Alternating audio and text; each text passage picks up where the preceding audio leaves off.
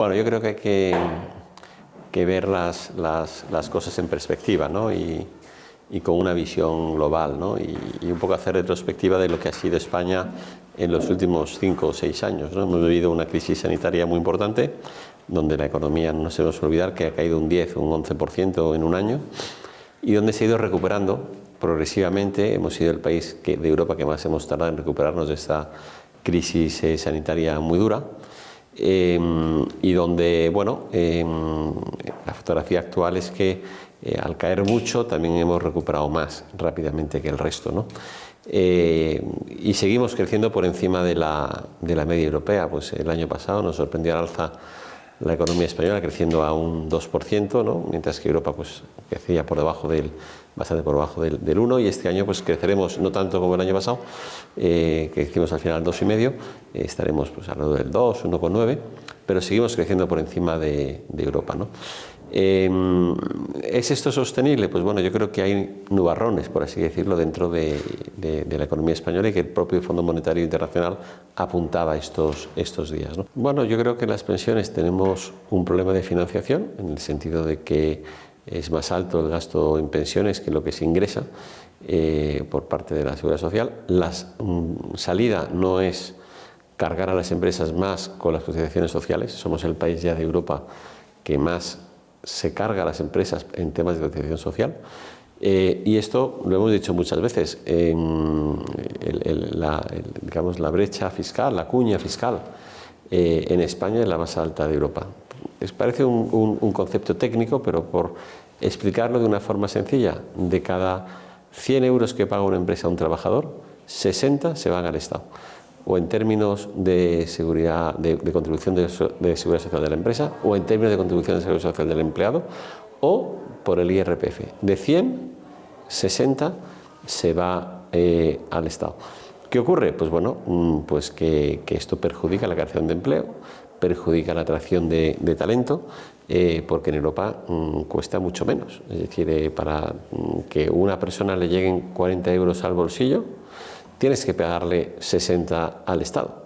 Es decir, mientras que en Europa son bastante menos. Es decir, y eso pues genera que seamos poco competitivos, y que realmente la financiación de nuestras pensiones no tiene que ser por esta vía. Hay que buscar fórmulas que hagan más realista el gasto en pensiones, ¿no? Y puede ser una fórmula, el alargamiento de la vida laboral en algunas ocasiones, o ver fórmulas que aumenten la edad efectiva de jubilación, ¿no? En primer lugar, ha aumentado mucho más el gasto público, los ingresos públicos que las prestaciones. Es decir, se han producido 50.000 millones más de ingresos públicos, mucho más alto, es decir, mucho más elevado que el PIB. Ha aumentado el gasto público en relación al PIB mucho, y también los ingresos públicos en relación al PIB mucho. Es decir, a pesar de esos 50.000 millones más de ingresos, el déficit público ha aumentado. Es decir, lo que se ha habido es un gasto público que no se ha visto necesariamente, digamos, repercutido en un aumento de nuestras prestaciones, ¿no? Es decir, yo creo que esa es la primera reflexión que tenemos que hacer, ¿no? Y por lo tanto, yo creo que lo que hay que hacer en la política real es una racionalización del gasto público, ¿no? Es decir, realmente centrarse en lo que es necesario. Y muchas veces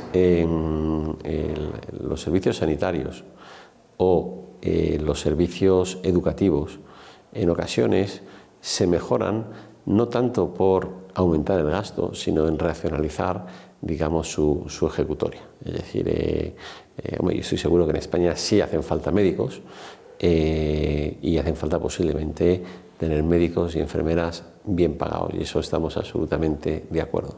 Pero a lo mejor se puede usar el dinero de otras partidas presupuestarias para mejorar la sanidad. Es decir, partidas presupuestarias que a lo mejor no son tan necesarias. Con una, digamos, cuña fiscal como la que tenemos, todavía se ha echado más leña en el fuego. Es decir, todavía se ha aumentado más la contribución a la seguridad social por parte de las empresas. En Europa, digamos, la media de impuestos, ¿no? La presión fiscal es del 40%, igual que en España, que es el 39,8%. Estamos ya al nivel pero cuando tenemos en cuenta el nivel de renta, pagamos un 20% más. Es decir, una persona que gana, un 50% más tenemos de presión fiscal, de esfuerzo fiscal. Es decir, cuando una persona que gana 40.000 euros en España paga muchísimo más que una persona que gana 40.000 euros en Alemania. Es decir, y eso es muy importante. Es decir, cuando uno tiene en cuenta el nivel de renta, en España se paga, el esfuerzo fiscal es un 50% más que en la media de países de la Unión Europea que no son sospechosos de pagar pocos impuestos. Entonces, yo creo que en España se han aumentado mucho los impuestos para financiar un gasto público que tampoco vemos que haya tenido un impacto en mejorar la educación o mejorar la sanidad, por ejemplo, por decir dos partidas que son importantes para el país. ¿Se ha mejorado la sanidad española, la educación española en la misma proporción que aumenta el gasto público o los ingresos públicos? Pues yo creo que no. Entonces me tendrán que explicar en qué se ha ido ese exceso de gasto y si realmente si no hemos mejorado ni la sanidad ni la educación, pues hay que repensar el gasto. Es decir, habrá que usarlo en algo que realmente tenga repercusión. Habrá que reflexionar y habrá que hacer una discusión abierta, es decir, de dónde han ido esos 50.000 millones de euros de más de ingresos, ¿no? España es un gran país y es un gran país para invertir, pero es cierto que la inversión extranjera ha caído de una forma dramática en el año 2023 y eso no es una buena noticia. Yo creo que a veces señales como voy a poner un impuesto a las eléctricas que gastan mucho, o un impuesto a la banca que gana demasiado, o voy a cambiar tal regulación, o voy a hacer una política de vivienda donde perjudique a los grandes tenedores. Bueno, pues son mensajes que no ayudan a que la inversión extranjera venga a España. La inversión extranjera quiere seguridad jurídica, quiere que el Estado, no se sienta amenazada, ¿no? Y yo creo que esto es importante, ¿no? A pesar de que España sí es un país de grandes posibilidades, aparte yo creo que está magníficamente situado para aprovecharse de dos de los grandes elementos que van a marcar la economía mundial en los próximos años, que uno es la transición energética. España tiene viento, tiene sol, es un país poco habitado que abre enormes oportunidades para la producción de energía limpia, y también somos un país con infraestructura desde el punto de vista del 5G, etcétera, pues muy bien dotado, ¿no? Único en el mundo desarrollado, y que también va a favorecer mucho la inversión extranjera, ¿no? Pero dicho esto, tenemos que tener un sistema fiscal que apoye a la inversión y un sistema jurídico que dé estabilidad y dé garantías. Desde el punto de vista de la inversión pública en compañías privadas, pues en fin, nosotros creemos que la interferencia pública pues nunca es buena, ¿no? Yo creo que hay que dejar, ¿no?, al inversor privado, digamos, que sea el que maneje la estrategia con los incentivos privados de las empresas, ¿no? Lo cual no quita que en ocasiones, empresas de carácter estratégico, que puedan haber normativas que permitan una protección respecto de la entrada de determinados inversores internacionales que a lo mejor no buscan maximizar el beneficio para España. Pero nosotros defendemos que España tenga grandes empresas, que a veces no es la línea, que tenga grandes empresas, que hay que ayudarlas, hay que apostar por ellas, porque la gran empresa es la que hace que el país se internacionalice, que muchas pequeñas y medianas empresas exporten en el exterior.